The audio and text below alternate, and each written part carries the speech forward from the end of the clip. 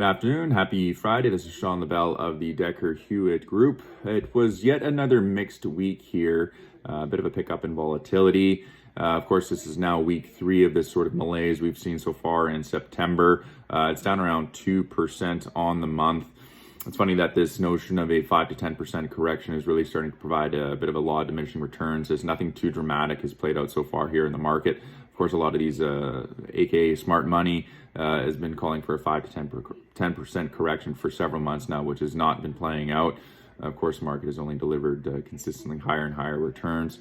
It's interesting that we're in this sort of structural tailwind part of the market right now, where earnings are good, cash flow is good, and of course the U.S. Fed here remains historically accommodative. It's also kind of interesting to point out that the 10-year annualized return of the S&P 500 is around 9.8%.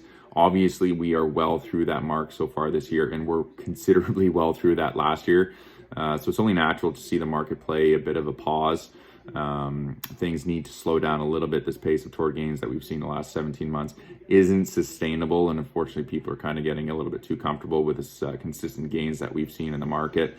It's really also become a bit of a stock pickers market here of late, as this rolling correction between value and growth continues to play out.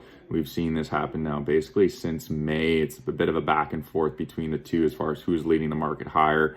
So unless you are a bit of a stock picker, it's really been difficult the last few months to kind of see this sustained returns in their accounts. So this week's Market Watch Weekly just runs through all of that in a little bit greater detail. Of course, we encourage you guys to have a read. We'll end it there and hope you guys have a good weekend. We'll talk to you again next week. Cheers.